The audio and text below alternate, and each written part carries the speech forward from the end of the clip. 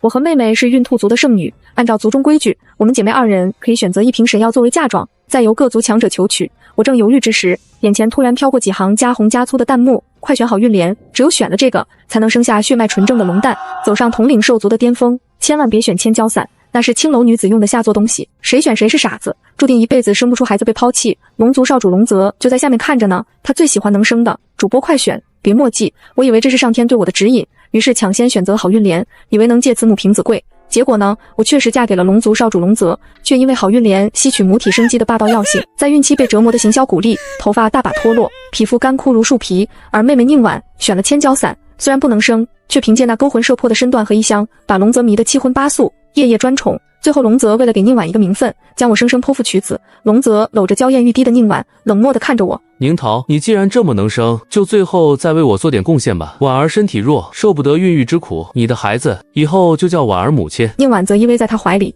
笑得一脸无辜。姐姐，你放心去吧，我会替你好好照顾夫君和孩子的。对了，那些弹幕好看吗？那可是我觉醒的半生神通，专门写给你看的呢。我含恨而终，死不瞑目。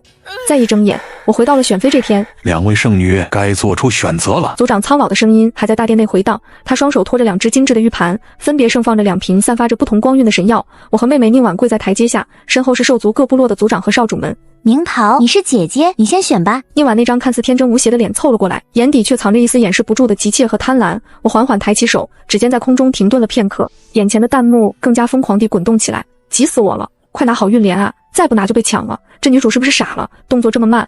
我心中冷笑，傻妹妹，神药没错，错的是用药之人。好运莲虽然霸道，但只要运用得当，它不仅是生子的利器，更是修复身体、提升修为的至宝。上一世我不懂药理，只会被动承受，这一世这好运莲在我手里，可是翻盘的筹码。我一把抓住了那瓶绿油油的好运莲。既是姐姐，自然要为家族繁衍考虑，这苦差事我来。我声音清朗，传遍大殿。宁婉眼中的狂喜几乎要溢出来，她生怕我反悔似的，飞快地抢过剩下那瓶粉红色的千娇伞。她假惺惺地叹了口气，用只有我们2人能听到的声音说道：姐姐真是大意，那妹妹只能勉为其难，替姐姐分担侍奉夫君之责，享受这鱼水之欢了。说完，她还冲我眨眨眼，那模样像极了偷腥成功的猫。台下一片哗然。大圣女既然选了好运莲，那可是会损耗母体寿元的。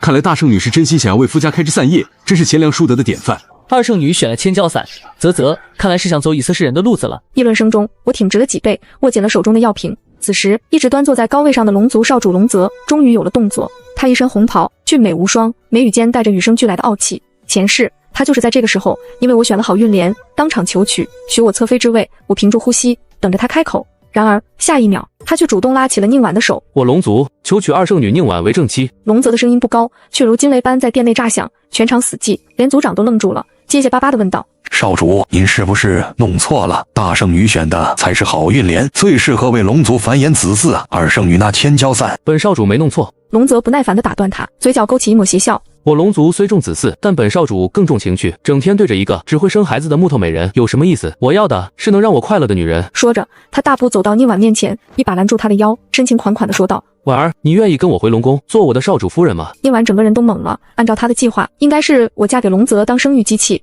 然后她凭借千娇伞勾引龙泽，最后上位。可现在龙泽竟然直接跳过了中间步骤，要娶她做正妻，惊喜来得太突然，宁婉甚至忘了反应，但我却看到了她眼底一闪而过的慌乱，因为她很清楚，千娇伞虽然能固宠，但它的副作用是会让女子终身不孕，而龙族是出了名的看重子嗣，如果她生不出孩子，这正妻之位就是她的催命符。怎么，你不愿意？龙泽见他不说话，眉头微皱。宁婉猛地回过神来，不管怎么说，能直接当上龙族少主夫人，这可是天大的好事。至于孩子以后再说。他立刻换上一副娇羞的模样，顺势靠在龙泽怀里。婉儿愿意，婉儿做梦都想嫁给少主。2人当众调情，旁若无人。我站在一旁，冷眼看着这一幕。龙泽前世为了求子，简直到了疯魔的地步，怎么可能这一世突然转性？只要快乐不要孩子，难道他也重生了？真是天真。他大概忘了，前世宁婉之所以能那么肆无忌惮地魅惑他，是因为有我在后面替他生孩子，替他挡灾。这一世没有我这个挡箭牌，这2个渣男贱女凑在一起，我看他们怎么收场。既然龙泽少主选了2圣女，那大圣女……族长尴尬地看向我，原本那些对我跃跃欲试的各族少主，此刻见龙泽都嫌弃我，纷纷打起了退堂鼓。连龙族都不要的女人，肯定有什么问题。就是，虽然有好运莲，但要是娶回去个木头，那多没劲。而且龙族少主刚才那眼神，分明是厌恶极了。我们要是娶了她，岂不是得罪了龙族？一时间，刚才还炙手可热的我，瞬间成了无人问津的弃妇。那些低等族群的人开始起哄：哎呀，既然没人要，不如嫁给我们蛤蟆族吧。虽然我们丑了点，但会对你好的。还是来我们蜀族吧，我们兄弟多，保证让你生个够。污言秽语不堪入耳。宁婉依偎在龙泽怀里，看着我被众人羞辱，嘴角勾起一抹得意的笑。他甚至还发了几条弹幕来嘲讽我：姐姐真可怜，选了好运莲也没人要，这就是命啊，注定只能当个没人要的弃妇。我面无表情地站在原地，腰杆挺得笔直。弃妇还没到最后，谁输谁赢还不一定呢。就在这时，大殿门口突然传来一阵沉重的脚步声，一股浓烈的血腥气和压迫感随之涌入，让原本喧闹的大殿瞬间安静下来。一个高大魁梧的身影逆光走来，他穿着一身黑色的兽皮战甲，脸上带着一道狰狞的伤疤，破坏了原本英俊的五官，让他看起来凶神恶煞，宛如地狱修罗。是狼族的新王苍狼，传闻他性情暴虐，嗜血成性，而且身患隐疾，不能人道，甚至还会发狂吃人。所有人都吓得往后退，连龙泽都眯起了眼睛，神色警惕。苍狼无视了周围恐惧的目光，径直走到我面前，死死地盯着我，声音沙哑低沉，带着一股令人心颤的磁性。跟我走，做我的王后。苍狼的话音刚落，大殿内响起了一阵倒吸凉气的声音，宁婉更是没忍住，扑哧一声笑出了声。姐姐，既然狼王看得起你，你就嫁了吧。虽然狼王传闻有些可怕，但好歹也是一族之王，总比嫁给蛤蟆老鼠强。他嘴上说着劝慰的话，眼里却满是幸灾乐祸。在他看来，嫁给苍狼这个残暴的废人，比死还惨。弹幕也适时的飘过，天啊，竟然是那个疯批狼王！女主这下完了。我看着面前这个高大的男人，离得近了，我能闻到他身上那股淡淡的血腥味下掩盖着清冽的松木香。前世我对苍狼的了解不多，只知道他是个独来独往的疯子，但在我死后飘荡的那段时间里，我曾看到过关于狼族的结局。苍狼并非传闻中的暴虐无道，相反，他极具才略，在短短几年内统一了四分五裂的狼族，甚至在后来龙族衰败时，带领狼族成为了收拾新的霸主。至于他的隐疾和狂躁症，那是常年征战留下的旧伤，毒素入骨，每逢月圆之夜便会剧痛难忍，导致神志失常。而我手中的好运莲，除了生子，最大的功效便是拔毒生机，重塑经络，这简直是天作之合。我深吸一口气，迎上苍狼那极具压迫感的目光，没有丝毫退缩。你要娶我？苍狼似乎有些意外我的淡定，他微微眯眼。你不怕我？我反问他，怕有什么用？怕你就不娶了吗？苍狼愣了一下，随即嘴角扯出一个僵硬的弧度，似乎是想笑，但牵动了脸上的伤疤，显得更加狰狞。不错，胆子挺大，只要你不背叛我，我许你狼族唯一的王后之位。唯一的？我挑眉，我狼族一生只认一个伴侣，绝无二心。苍狼的声音铿锵有力，这句话像是一记重锤，狠狠砸在我的心上。前世龙泽妻妾成群，我哪怕身为正妃，也要忍受他和其他女人的纠缠。而现在，这个被世人视为怪物的男人，却许诺给我一生一世一双人。我转头看了一眼龙泽，他正不屑地撇着嘴，似乎在嘲笑苍狼的愚蠢承诺。我回过头看向苍狼，举起了手中的好运莲。好，我嫁，但这瓶药我要留着自己用。苍狼直接抓住了我的手，人是我的，要自然随你处置。他的手掌宽大粗糙，掌心滚烫，烫得我心间微颤。就这样，在所有人同情和嘲讽的目光中，我跟着苍狼离开了大殿。临走前，我回头看了一眼宁婉，她正得意洋洋地接受着众人的恭维，仿佛已经看到了自己母仪天下的未来。妹妹啊，希望当你发现千焦伞的真正代价时，还能笑得这么开心。回到狼族领地，这里不像龙宫那样金碧辉煌，处处透着一股粗犷原始的气息，但每一处都打理得井井有条。族人们看到苍狼回来，眼神中充满了敬畏和崇拜，而不是恐惧，这让我对苍狼的评价又高了几分。王，您真的把大圣女娶回来了？狼族的长老看着我，既惊喜又担忧。可是听说大圣女选了好运莲这身体，无妨。苍狼打断他，去准备大婚。没有多余的废话，雷厉风行。当晚便是大婚，没有龙族那样繁琐虚伪的礼节，只有盛大的篝火晚会和族人们真诚的祝福。我被送进了苍狼的寝殿，房间里铺着厚厚软软的兽皮，并没有我想象中的阴森恐怖。不知过了多久，门被推开，苍狼走了进来，他卸下了战甲，只穿了一件单薄的麻衣。他走到我面前，居高临下的看着我，身上带着一股刚洗过澡的水汽。后悔吗？他突然问。我抬起头，直视他的眼睛。路是我自己选的，从不后悔。苍狼定定地看了我几秒，眼中的戾气似乎消散了一些。他坐到床边，伸手想要触碰我的脸，却在半空中停住，似乎怕吓到我。我这人粗鲁，不懂怜香惜玉，如果你不愿意，我可以睡地上。说着，他竟然真的要起身去打地铺。我一把拉住他的手，既然是夫妻，哪有分床睡的道理？我从怀里掏出那瓶好运莲，打开瓶塞，一股清冽的药香瞬间弥漫整个房间。而且今晚不仅是洞房花烛夜，更是为你疗伤的好时机。苍狼闻到那股药香，原本紧绷的身体猛地一僵，那是狂躁症发作的前兆。好运莲的药性极强，对于深受毒素折磨的他来说，既是解药，也是诱发痛楚的引子。出去！他低吼一声，双手抱头痛苦地蜷缩起来。离我远点，我会伤了你。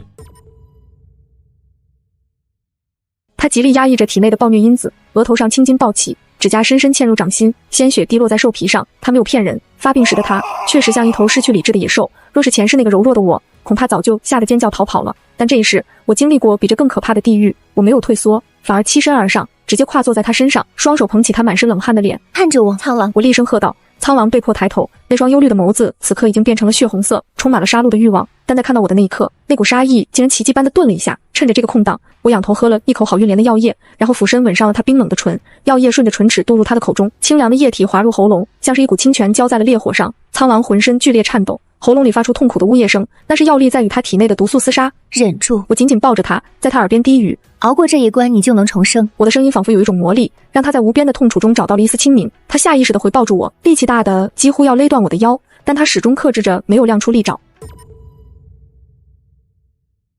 这一夜注定漫长，我在他耳边一遍遍地安抚，用好运莲的药力引导他体内的气血，直到天光微亮，苍狼体内的毒素才被暂时压制下去。他精疲力竭地倒在床上沉沉睡去，看着他哪怕在睡梦中依然紧皱的眉头，我轻轻叹了口气，手指抚平他的眉心。虽然过程惊险，但第一步算是迈出去了。好运莲不仅压制了他的毒，也借着昨晚的亲密接触，悄然在我体内种下了生命的种子。与此同时，龙宫内却是另一番景象，红烛高照，喜字成双。宁婉穿着一身薄如蝉翼的红纱，浑身散发着千椒伞特有的甜腻香气。龙泽一进门就被这股香气勾得心火燎原。婉儿，你真美！他迫不及待地扑了上去。这一夜，龙宫的寝殿内，宁婉使出了浑身解数，龙泽仿佛不知疲倦，一次又一次的，直到日上三竿，这场荒唐的才堪堪停歇。宁婉瘫软在床上，浑身像是散了架一样，连手指头都抬不起来。他看着身边一脸艳足的龙泽，心中暗自得意，这千椒伞果然厉害，哪怕是龙族少主也抵挡不住，只要抓住了男人的心，还怕以后没有好日子过吗？然而还没等他高兴太久，龙泽接下来的话却像一盆冷水浇在了他头上。龙泽慢条斯理地穿好衣服，回头看了他一眼，眼神瞬间恢复了冷漠。既然伺候的不错，那就好好养着身子。他顿了顿，目光落在宁婉平坦的小腹上，语气变得森然。我要的是最强的龙子，千椒伞虽然好用，但若是因为它耽误了我的子嗣，后果你自己清楚。说完，他头也不回地走了出去。宁婉脸上的笑容瞬间僵住，他突然感到一阵寒意，龙泽的态度怎么这么无情？而且他刚刚感觉到小腹隐隐作痛，像是有一股寒气在里面乱窜，那是千椒伞的副作用开始显现了。时间一晃过了1个月，这1个月里，我一直在用好运莲调理苍狼的身体，同时也在这片土地上寻找其他的药草。狼族领地虽然贫瘠，但却生长着许多外界难得一见的灵植。苍狼对我的态度也发生了微妙的变化，从一开始的警惕、试探，到后来的信任、依赖，甚至还有一丝小心翼翼的呵护。他不再是那个只知道杀戮的暴君，偶尔也会笨拙地给我带回一束野花，或者把自己猎到的最嫩的肉烤好递给我。但我知道，真正的考验还在后面。孕吐反应来的猝不及防。那天早饭，看着面前油腻的烤肉，我突然一阵反胃，冲出去吐得昏天黑地。苍狼吓坏了，以为我中毒了，差点把负责做饭的厨子给砍了。别杀人！我虚弱地拉住他。我可能是有喜了。巫医很快赶来，一番检查后，年迈的老巫医激动的胡子都在抖。恭喜王，贺喜王，王后这是有喜了，而且听这脉象，似乎不止一胎。不止一胎，苍狼愣住了，随即狂喜涌上心头。狼族虽然强大，但繁衍一直是个大问题，尤其是高阶血脉更是难得。如今我不仅怀了，还是多胞胎，这个消息像长了翅膀一样传遍了整个狼族，全族沸腾，无数珍宝、兽皮、灵果像流水一样送进了我的寝殿。苍狼更是寸步不离地守着我，生怕我磕着碰着，连走路都要抱着我。看着他那副傻样，我忍不住摸了摸肚子。好运莲果然名不虚传，这才1个月，胎儿就已经稳固，而且正在源源不断地从我体内汲取能量。但我并没有像前世那样感到虚弱，反而因为药力的反哺，修为隐隐有了突破的迹象。而另一边，龙宫的气氛却压抑得可怕。宁婉这1个月过得可谓是冰火两重天。晚上，龙泽对他的身体依旧迷恋，夜夜笙歌。可到了白天，只要看到他那毫无动静的肚子，龙泽的脸就拉得老长。龙族的长老们也开始有了微词，明里暗里暗示龙泽纳妾。宁婉急得像热锅上的蚂蚁，他偷偷加大了千椒伞的用量，试图用更加极致的快乐来留住龙泽，同时也喝了无数做胎药，苦得嘴里发麻，可肚子依然一点动静都没有。就在这时，狼族传来了我怀孕的消息，而且还是多胞胎。这个消息对宁婉来说无异于晴天霹雳，她在寝殿里发疯似的砸东西。凭什么？凭什么那个贱人选了那个残废还能怀孕，还是多胞胎？我这么努力，这么受宠，为什么怀不上？极度让他面目全非，他恶毒地盯着虚空，手指飞快地操作着。不一会儿，几行加红的弹幕出现在我眼前，怀得多死得快。狼族那种野蛮地方根本养不活这么多孩子，听说狼族有去母瘤子的传统。女主，你这就是在给他人做嫁衣，小心到时候生下来的是一窝怪物。我正躺在苍狼怀里吃葡萄，看着眼前突然飘过的这些恶毒诅咒，忍不住轻笑出声。笑什么？苍狼剥了一颗葡萄喂进我嘴里，指腹轻轻擦过我的唇角。没什么，就是觉得有些人急了。我嚼着葡萄，眼神玩味。妹妹啊，你越是这样气急败坏，就越说明你过得不好。既然你这么喜欢发弹幕，那我就让你看看什么叫真正的神预言。我摸了摸肚子，心中已有了一个计划。既然好运莲能通过母体影响胎儿，那是不是也能通过某种方式反向影响一下那位远在龙宫的好妹妹呢？毕竟双生子之间可是有着某种神秘感应的。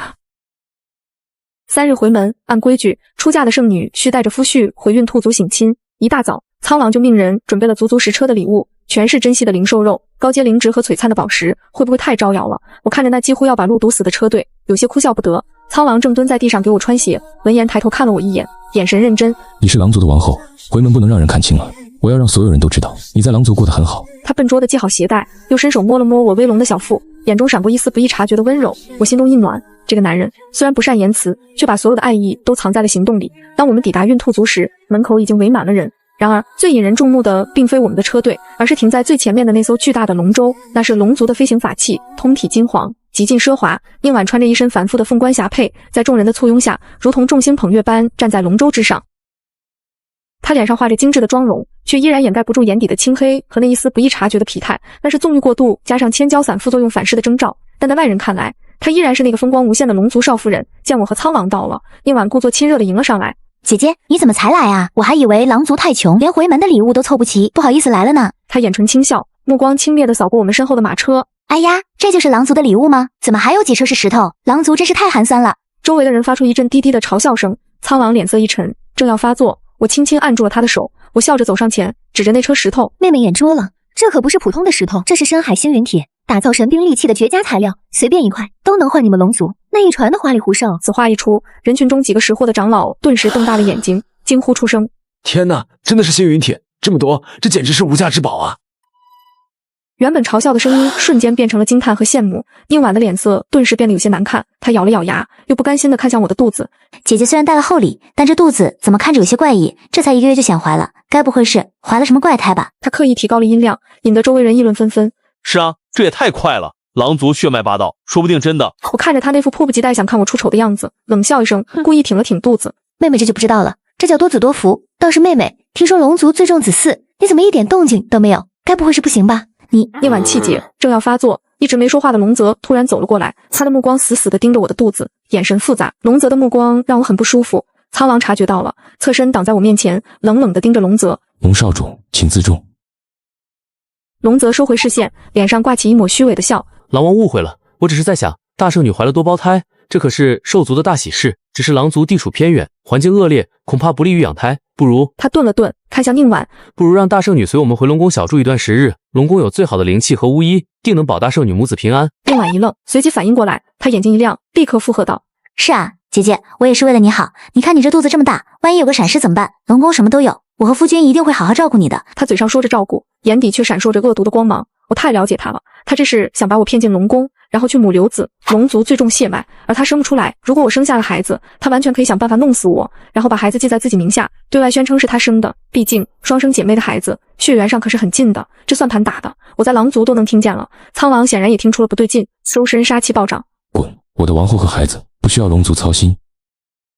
龙泽脸色一沉，狼王，别给脸不要脸，我这也是为了兽族的未来考虑。眼看双方剑拔弩张，气氛一触即发，我却突然拉住了苍狼，对他使了个眼色，然后转头对龙泽和宁婉笑道：既然妹妹和妹夫这么有心，那我就确实不公了。不过我去龙宫养胎，这花销可是很大的，不知道龙族……只要你肯来，龙族宝库随你挑。龙泽大手一挥，豪气冲天，在他看来，只要我进了龙宫，就是砧板上的肉，给多少东西，最后还不都是他的。好，那就这么说定了。我爽快答应。苍狼急了：命桃，你疯了，那是狼窝。我凑到他耳边低声说道：放心，我是去给咱们孩子赚奶粉钱的。再说了，你以为我会空手去吗？我有分寸，你只管带人接应我就行。苍狼看着我眼中狡黠的光芒，虽然担心，但最终还是选择了相信我。好，3天后如果你不出来，我就踏平龙宫。就这样，我带着几个狼族侍女，大摇大摆地住进了龙宫。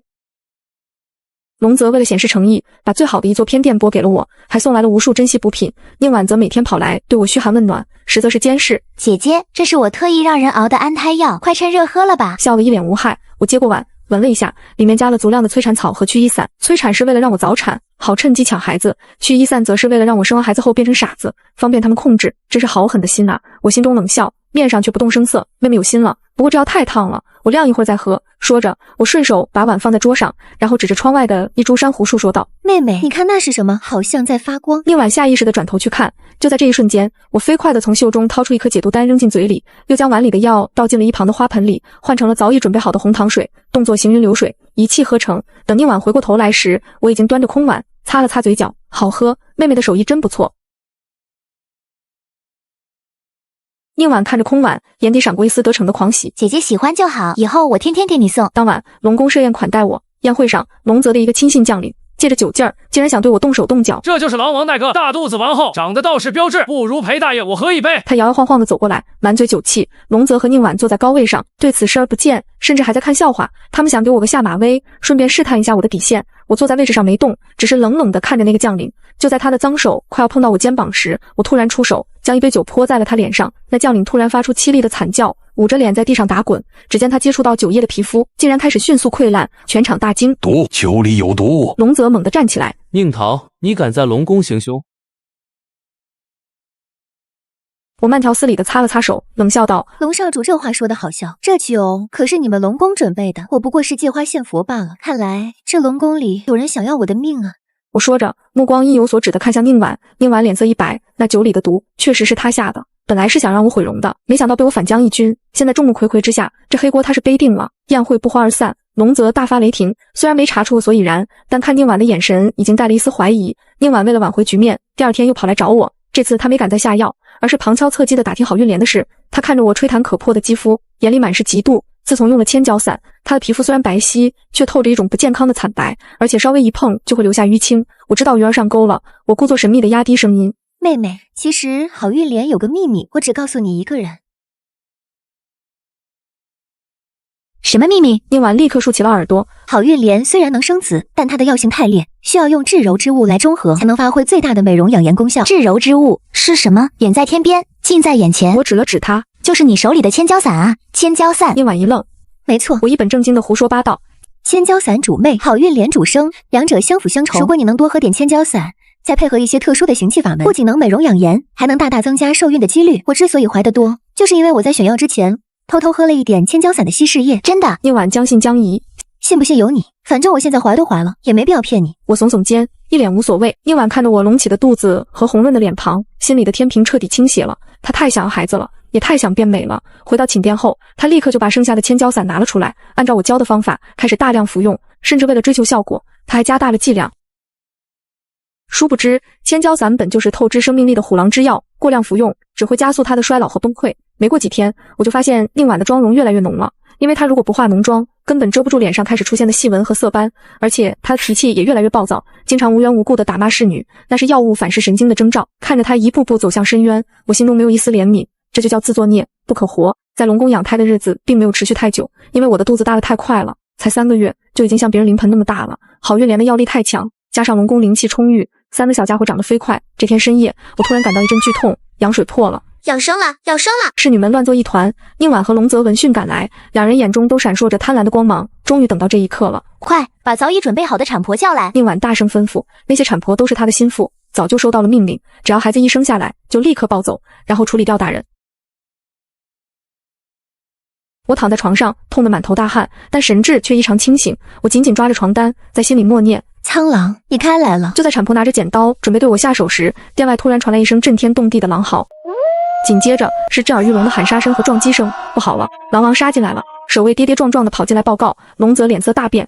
什么？他怎么可能攻破龙宫的防御？还没等他想明白，一道黑色的闪电已经冲破了大殿的屋顶，直接落在了我的床前。碎石飞溅中，苍王高大的身影如同天神降临，他浑身浴血，手中的战刀还在滴着血，那双血红的眸子在看到我的那一刻瞬间变得柔和。别怕，我来了！他一脚踢飞了那个拿着剪刀的产婆，将我护在身后。就在这时，我感到体内一股巨大的力量涌出，哇！一声嘹亮的啼哭响彻大殿，第一个孩子出生了，紧接着是第二个、第三个，3只浑身包裹着银色光芒的小狼崽接连降生。而在他们出生的瞬间，天空中异象陡生，3道巨大的狼形虚影浮现在龙宫上空，仰天长啸，引动星辰之力降下。这是返祖血统，只有拥有最纯正远古血脉的兽人，出生时才会引发天地异象。全场震惊，龙泽死死地盯着那3只小狼崽，哪怕是龙族，也有几百年没出现过这种级别的天才了。而这本来应该是属于他的孩子，后悔如同毒蛇一般啃噬着他的心脏。他看着虚弱却满脸幸福的我，心中突然涌起一股强烈的冲动。他不顾苍狼还在场，竟然往前走了一步，声音颤抖地说道：宁桃，如果你愿意带着孩子改嫁给我，我可以休了宁婉，让你做龙族唯一的正妻。宁婉站在一旁，听到这句话，整个人如遭雷击，不敢置信地看向龙泽。夫君，你说什么？龙泽却看都没看他一眼，眼里只有那3个代表着无上荣耀和未来的孩子。龙泽，你疯了吗？宁婉尖叫着冲过来，死死拽住龙泽的袖子，指甲几乎要嵌进肉里。我才是你的妻子，是你八抬大轿娶进来的正妻，你怎么能为了这个贱人休了我？龙泽却像看垃圾一样看了他一眼，猛地一甩手，滚开，别挡着我认儿子。宁婉被甩得踉跄几步，跌坐在地上，发髻散乱，狼狈不堪。他难以置信地看着眼前这个曾经对他千依百顺的男人，此刻却一脸谄媚地对着那个他最看不起的姐姐。龙泽根本没空理会宁婉的崩溃，他现在满眼都是那3只散发着返祖气息的小狼崽，那是力量，是未来，是统领兽界的希望。他搓着手，急切地向我走来。宁桃，以前是我糊涂，被宁婉这个毒妇蒙蔽了双眼，其实我心里一直是有你的，只要你带着孩子回来，我保证。砰！龙泽整个人像断了线的风筝一样倒飞出去，重重地砸在墙上。苍狼收回拳头，眼中杀意沸腾。龙泽，你当我死了吗？龙泽挣扎着爬起来，擦了擦嘴角的血，眼神阴毒。苍狼，你别得意，这3个孩子虽然有狼族血统，但只要经过龙族的洗礼，依然可以化龙。他转向我，眼神中带着一种迷之自信。宁桃，你说话。我看着他那副嘴脸，突然觉得前世的自己真是瞎了眼。我缓缓站起身，怀里抱着一只还在打哈欠的小狼崽。龙泽，你是不是忘了什么？我一步步走到他面前，居高临下的看着他。前世你说我无趣，为了宁婉把我扔进刑房。这一世，你嫌我选了好运莲，为了宁婉把我拒之门外。怎么，现在看我生了极品血脉，又觉得我有情趣了？龙泽脸色一变，你在说什么前世今生？我在说，你从来没爱过任何人，你爱的只是你自己。我声音陡然拔高，你想要的不是妻子，是一个能满足你私欲的工具。前世我是生子工具，这一世反过来，宁婉是泄欲工具，你依然贪得无厌。龙泽，你真让我恶心。最后2个字，我用尽全力吐在他脸上，全场哗然，所有人都没想到我会如此决绝地撕破脸。龙泽的脸色青一阵白一阵，最后变成了恼羞成怒的黑。好，宁桃，你别后悔，既然你敬酒不吃吃罚酒，那就别怪我不客气。随着他一声令下，无数龙族侍卫从4面8方涌了出来，将我们团团围住，大战一触即发。然而就在苍狼准备大开杀戒时，一直瘫在地上的宁婉突然发出了一声尖叫。他捂着肚子在地上打滚，额头上冷汗涔涔，看起来不像是装的。龙泽原本不想理他，但听到他下一句话，脚步瞬间顿住了。孩子！龙泽猛地回头。你说什么？你有孩子了？宁婉痛得脸色惨白，却死死抓住龙泽的衣摆，眼中闪烁着孤注一掷的光芒。是巫医刚诊出来的，还没来得及告诉你。夫君，救救我们的孩子！龙泽犹豫了，虽然那3只小狼崽很诱人，但毕竟是别人的种。如果宁婉真的怀了他的孩子，那可是正统的龙族血脉。很快，那个早已被宁婉收买的巫医颤颤巍巍地跑了过来，他装模作样地把了把脉，然后一脸震惊地跪下。少夫人，这是动了胎气，确实是有喜了，而且脉象强劲。龙泽大喜过望，刚才的愤怒和杀意瞬间烟消云散，有了自己的亲生儿子，谁还稀罕那几个杂种狼崽子？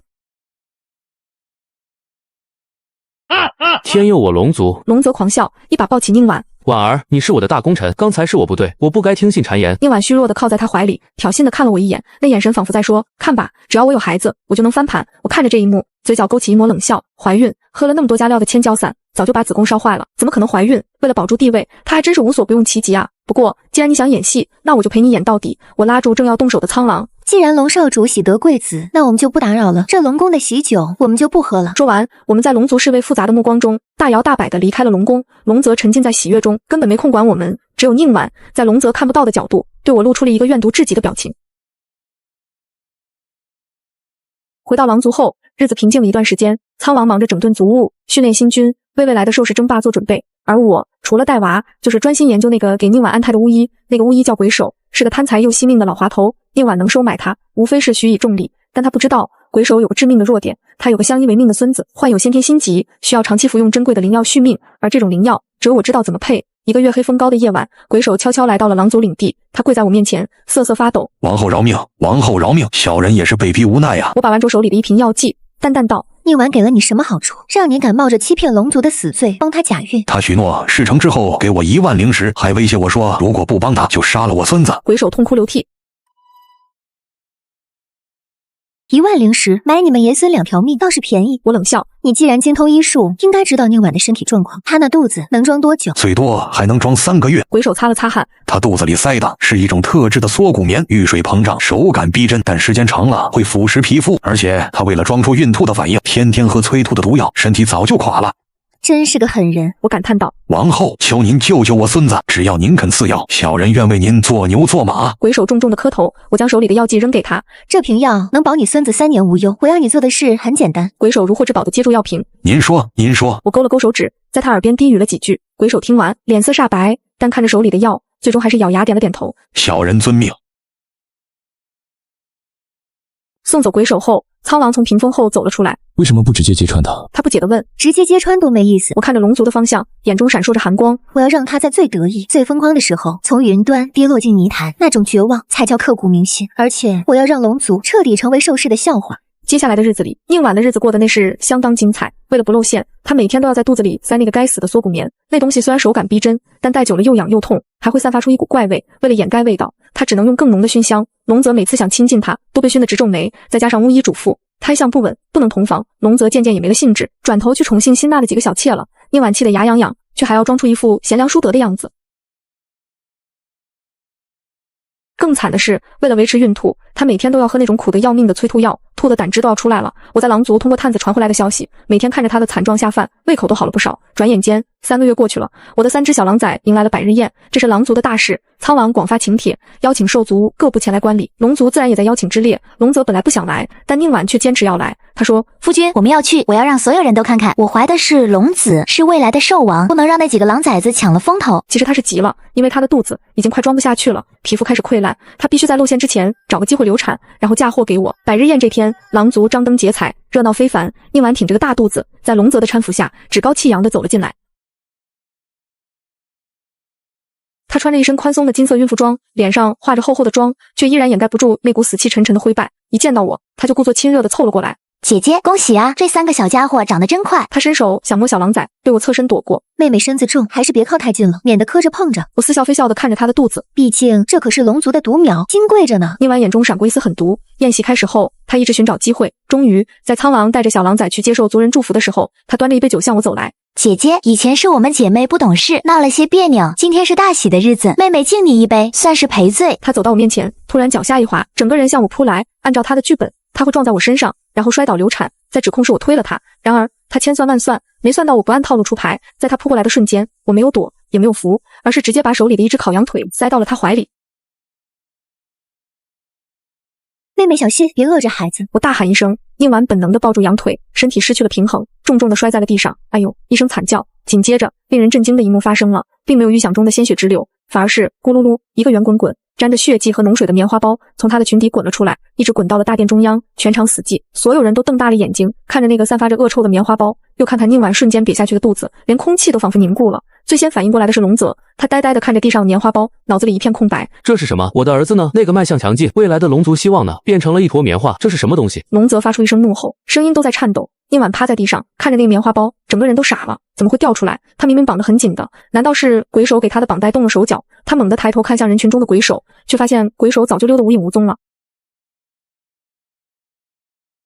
完了，彻底完了！不是这样的，夫君，你听我解释。宁婉慌乱地爬向龙泽，是宁桃，是他害我，是他用法术把我的孩子变没了，一定是这样。他指着我，声嘶力竭地尖叫：“姐姐，你好狠的心啊！你为什么要害我的孩子？”我站在一旁，慢条斯理地咬了一口手里的灵果，冷冷道：“妹妹，饭可以乱吃，话可不能乱说，大家都看着呢，是你自己摔倒把孩子摔出来的。再说了，什么法术能把孩子变成棉花？你当大家都是傻子吗？”周围的宾客终于回过神来，顿时炸开了锅。天啊，竟然是假孕！我就说嘛，喝了千角散怎么可能还能怀上龙种？太不要脸了，竟然用年华骗人，把龙族当猴耍。啧，这下龙族的脸可是丢尽了。各种嘲讽，鄙夷的目光像利剑一样射向龙泽。龙泽的脸涨成了猪肝色，头顶仿佛有一片青青草原在迎风招展。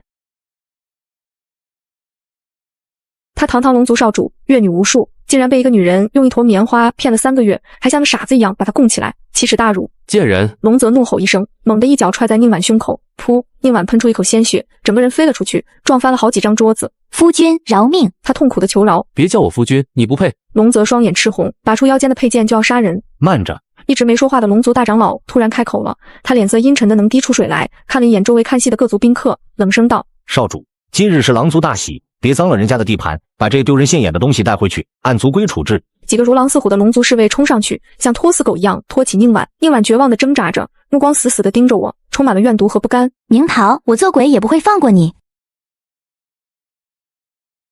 最后一条弹幕飘过，带着血淋淋的诅咒。我面无表情地看着他被拖走，心中没有一丝波澜。做鬼，那你也得先有机会做鬼才行。龙泽深吸一口气，强压下心中的怒火和屈辱，对着苍狼拱了拱手。今日让狼王见笑了，改日定当登门赔罪。说完，他带着龙族众人灰溜溜地走了。来时有多嚣张，走时就有多狼狈。大殿内再次恢复了热闹，但所有人的话题都离不开刚才那场闹剧。经此一役，龙族的声望一落千丈，而宁婉注定将成为整个兽氏的笑柄。但我知道，宁婉虽然倒了，但龙族的根基还在。龙泽那个睚眦必报的小人，受了这么大的屈辱，绝对不会善罢甘休。真正的战争才刚刚开始。我摸了摸怀里的小狼崽，眼中闪过一丝坚定。不管暴风雨来得有多猛烈，我也绝不会让任何人伤害我的孩子和爱人。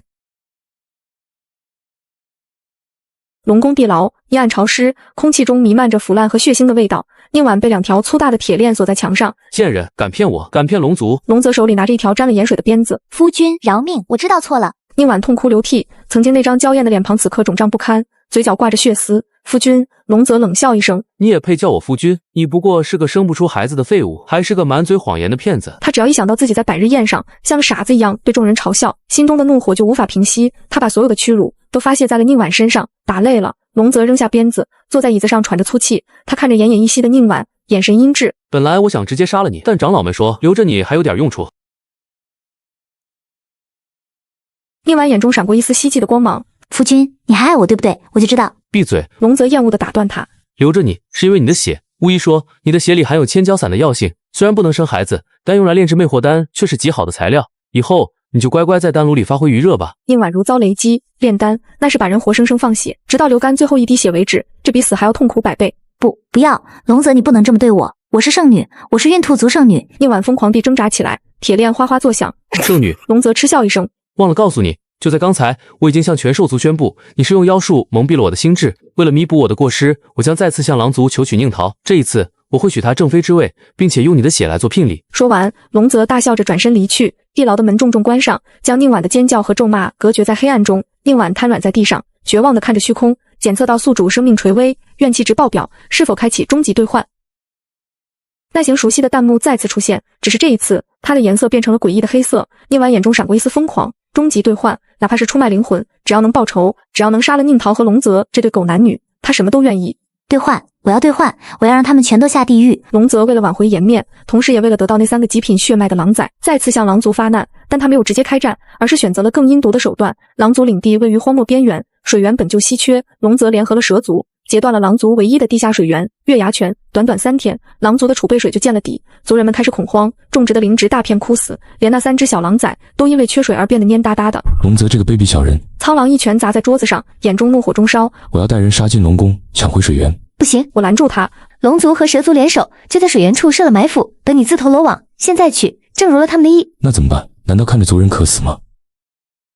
苍狼急得眼眶通红，我递给他一杯水，那是最后一点存水了。别急，还记得好运莲的特性吗？苍狼一愣，生机。没错，我微微一笑。好运莲不仅能孕育生命，更能感知大地脉动，寻找生机最旺盛的地方。水源就是大地的血脉。当晚，我在几名狼族高手的护卫下，来到了狼族领地的最深处枯谷荒原。这里寸草不生，被视为狼族的禁地，但我手中的好运莲却在这里发出了前所未有的耀眼绿光。就是这里，我指着一块巨大的风化岩石，苍狼二话不说，化身巨狼，利爪挥舞，瞬间将岩石粉碎。随着一声巨响，一股清冽的地下水柱冲天而起。这股水源比月牙泉更加充沛，而且蕴含着浓郁的灵气。水流顺着干涸的河道奔涌而下，所过之处，原本枯死的植物竟然奇迹般的复苏了，甚至长出了新的嫩芽。神迹，这是神迹啊！狼族欢呼雀跃。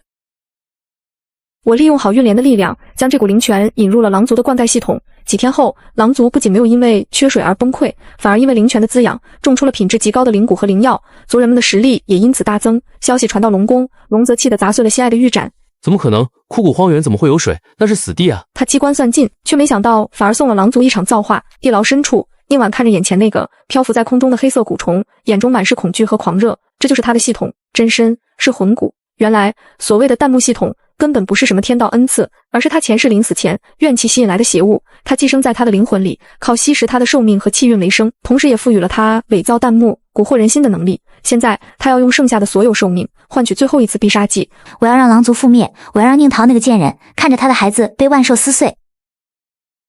宁婉嘶吼着，是魂骨发出刺耳的尖笑，钻进了他的眉心。刹那间，宁婉的身体干瘪下去，变成了一具披着人皮的骷髅。一道肉眼可见的黑色波纹以龙宫地牢为中心向四周扩散，这道波纹带着极致的恶意和诱导，钻进了无数低阶凶兽的脑海里。与此同时，正在给小狼崽喂奶的我突然感到一阵心悸。3个小时后，大地开始震颤，远处的天际线出现了一条黑色的长线，那是数以万计的凶兽组成的浪潮，他们双眼赤红，失去了理智，只剩下杀戮的本能，向着狼族领地疯狂涌来。狼族的城墙上，所有战士严阵以待，苍狼身先士卒，站在最前方，身后是那一面巨大的狼头战旗。我并没有躲在后方，我站在城楼的最高处，面前摆着一口巨大的丹炉，炉火熊熊燃烧，里面翻滚着粉红色的液体。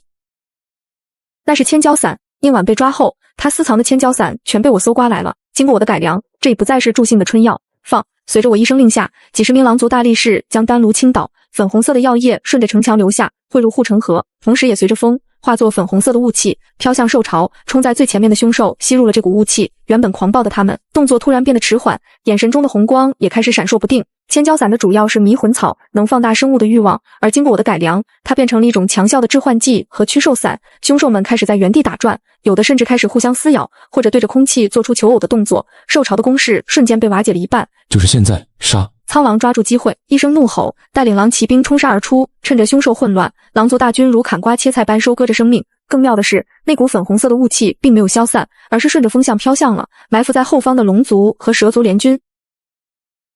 龙泽正带着人躲在后面，准备坐收渔翁之利，突然闻到一股异香，不好，有毒！还没等他反应过来，那些原本攻击狼族的凶兽突然像是闻到了什么更吸引他们的东西，纷纷调转头向着龙族联军冲去。因为龙族身上的血气在千焦伞的作用下，对凶兽有着致命的吸引力。该死，怎么回事？这些畜生怎么冲我们来了？龙泽惊恐地大叫，挥剑砍翻一只扑上来的独角蜥，但他身边的侍卫却没那么幸运，瞬间被兽潮淹没。原本是猎人的龙族，此刻变成了猎物。更加讽刺的是，因为吸入了千焦伞雾气，不少龙族战士竟然在战场上产生了幻觉，把身边的战友当成了敌人或者美人，场面一度十分混乱且不堪入目。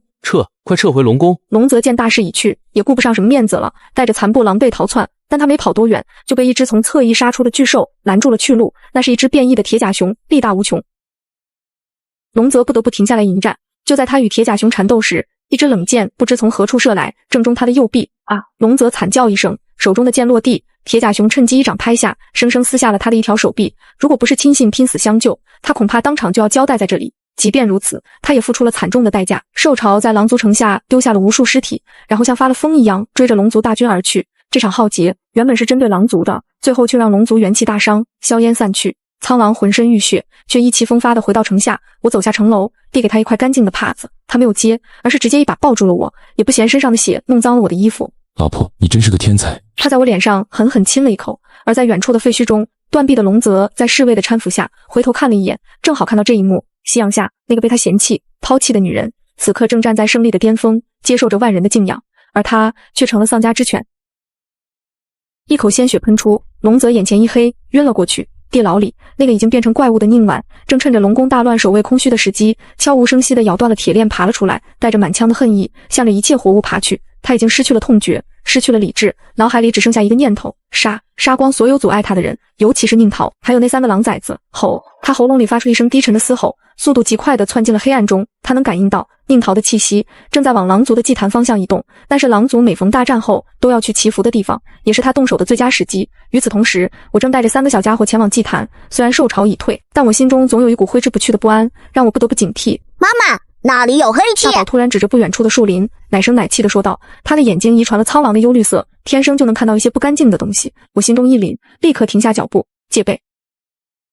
随行的狼族侍卫立刻拔刀将我们团团围住，然而下一秒，一道黑影如闪电般冲了出来，速度太快了，几名侍卫还没来得及反应，就被那黑影撞飞，胸口赫然多了一个血洞。什么东西？苍狼正好在处理战后事宜没在身边，我不得不独自面对这个怪物。借着月光，我终于看清了那个怪物的脸，虽然已经面目全非，但我还是一眼就认出了他。宁婉。怪物听到这个名字，动作顿了一下，随即发出一声更加凄厉的尖叫。死！宁婉像疯狗一样向我扑来，他的指甲暴长3寸，漆黑如铁，闪烁着剧毒的光芒。我虽然有好运莲护体，但毕竟刚生产不久，身体还没完全恢复，只能狼狈躲闪。护驾，快护驾！侍卫们拼死冲上来阻拦，但在此时的宁婉面前，他们就像纸糊的一样脆弱。眼看宁婉的利爪就要抓到我的脸，忽然3道银色的小身影从我怀里窜了出去。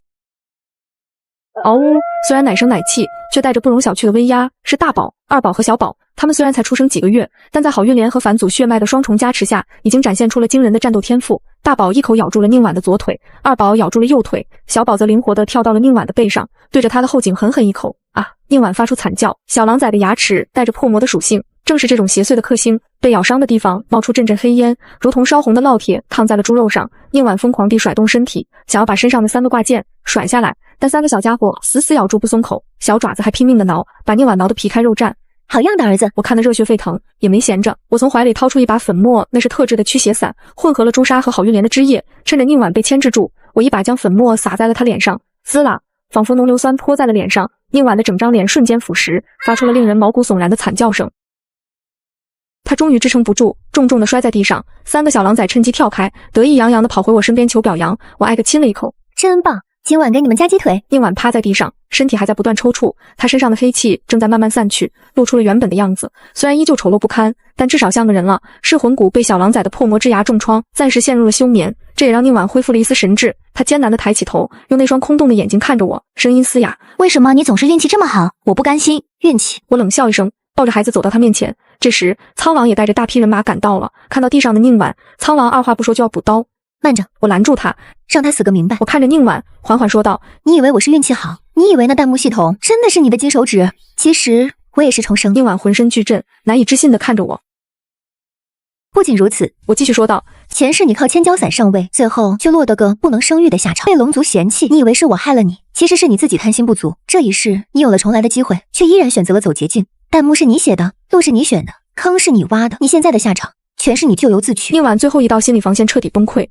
不是这样的，我是主角，我是天命之女啊！随着宁婉的崩溃，她体内的噬魂骨再次失控，但这一次她没有攻击别人，而是开始了反噬。咔嚓咔嚓，令人牙酸的咀嚼声从宁婉体内传来，她在地上疯狂地打滚，双手抓挠着自己的皮肤，直到鲜血淋漓。痛，好痛啊！救命！姐姐救我！她向我伸出手，眼中满是哀求，那种痛是灵魂被一点点撕碎的痛，就像前世我在刑房里被龙泽一寸寸钉死时一样。我看着她，眼神冷漠如冰。这一世我不欠你的。我转过身，不再看他。最后一声凄厉的惨叫过后，宁婉的身体突然僵直，然后迅速干瘪风化。短短几秒钟，她就变成了一具干尸。一阵风吹过，化作飞灰，消散在天地间，只留下那个黑色的噬魂骨，试图逃跑。哪里跑？苍王眼疾手快，一刀劈下，刀锋上附着着狼族图腾的火焰，瞬间将那只害人的虫子烧成了灰烬。一切终于结束了，那个纠缠了我2世的噩梦，那个害我惨死的妹妹，终于彻底消失了。我看着飘散的飞灰，心中没有大仇得报的快感，只有一种深深的疲惫和释然。结束了，苍王从背后抱住我，宽厚的胸膛给了我无尽的安全感。结束了，宁婉死了，但还有一个罪魁祸首没解决，龙泽，那个断了一臂的龙族少主，此刻正躲在残破的龙宫里，做着最后的困兽之斗。他不甘心失败，他集结了龙族最后的力量，甚至不惜动用了龙族的禁术，试图强行提升修为，来跟狼族拼命。把宁桃交出来，把孩子交出来，否则我就拉着整个兽氏陪葬。龙泽站在龙宫城头，状若疯魔。他身后是几百名被禁术催化成死士的龙族精锐。苍王冷冷地看着他，眼中没有一丝惧意。既然你想死，那我就成全你。苍王拔出战刀，身后的狼族大军发出了震天的咆哮。这一次是真正的决战，没有阴谋诡计，只有实力的碰撞。龙泽虽然用了禁术，但他毕竟断了一臂，又元气大伤，根本不是政治巅峰的苍王的对手。两人在半空中激战了300回合，最终苍王一刀劈碎了龙泽的护体龙气，将他重重地从空中击落。砰！龙泽砸在地上，把地面砸出了一个大坑。他浑身骨头尽碎，再也爬不起来了。那些龙族死士见主帅已败，纷纷丢盔弃甲，跪地投降。龙泽躺在坑底，看着天空。他看到我抱着孩子站在苍王身边，居高临下的看着他。那一刻，他眼中的疯狂终于褪去，只剩下无尽的悔恨。如果当初我没有……他想说什么，但一口鲜血涌上来，堵住了他的喉咙。他想伸手去抓那个曾经属于他的女人，但手刚抬起来，就无力地垂了下去。一代龙族少主，兽族的天之骄子，就这样死在了一个泥坑里，死不瞑目。战后，苍王并没有赶尽杀绝，他收编了龙族的残部，废除了龙族的特权，建立了新的兽族联盟。所有种族无论强弱一律平等。而作为这一切的见证者和参与者，我被尊为兽族的神女，不仅因为我生下了返祖血脉，更因为我用好运莲拯救了无数濒死的族人，用智慧化解了兽潮危机。那个曾经被人嫌弃的孕兔族圣女，如今成了整个兽世最尊贵的女人。龙泽死后，龙族群龙无首，再加上之前的假孕丑闻和战败，龙族在兽世的威望彻底崩塌。而苍狼凭借着强大的实力和宽容的政策，迅速收服了各族人心。3个月后，苍狼在万兽山正式登基，成为兽世千万年来第一位统一各族的兽皇。登基大典那天，天气好得不像话，万兽山顶彩云缭绕，百鸟朝凤。我穿着一身绣着凤凰图腾的白色长袍，站在苍狼身边，他一身黑金色的黄袍，威严霸气，但在看向我时，那双幽绿色的眸子里却盛满了化不开的温柔。今日我苍狼在此立誓，此生只娶宁桃一人为后，若违此事，天打雷劈，永世不得超生。苍狼的声音在灵力的加持下传遍了整个兽世，台下万兽齐鸣，欢呼声震耳欲聋。我看着他，眼眶微红。前世我被龙泽当成工具，受尽屈辱，这一世我终于找到了那个愿意把全世界都捧到我面前的男人。我也立誓，此生与君同生共死，不离不弃。我握住他的手，十指紧扣。就在这时，3个小家伙穿着特制的小黄袍，迈着小短腿跑了上来，他们手里捧着象征着皇权的玉玺、权杖和皇冠。父皇母后，给！大宝一本正经地举着玉玺，二宝抱着比他还高的权杖，小宝则顶着皇冠，摇摇晃晃地扑进我怀里。全场爆笑，气氛瞬间变得温馨起来。苍狼一把抱起3个孩子，哈哈大笑。好，这就是朕的江山，朕的未来。看着这一幕，我知道属于我们的时代真正开始了。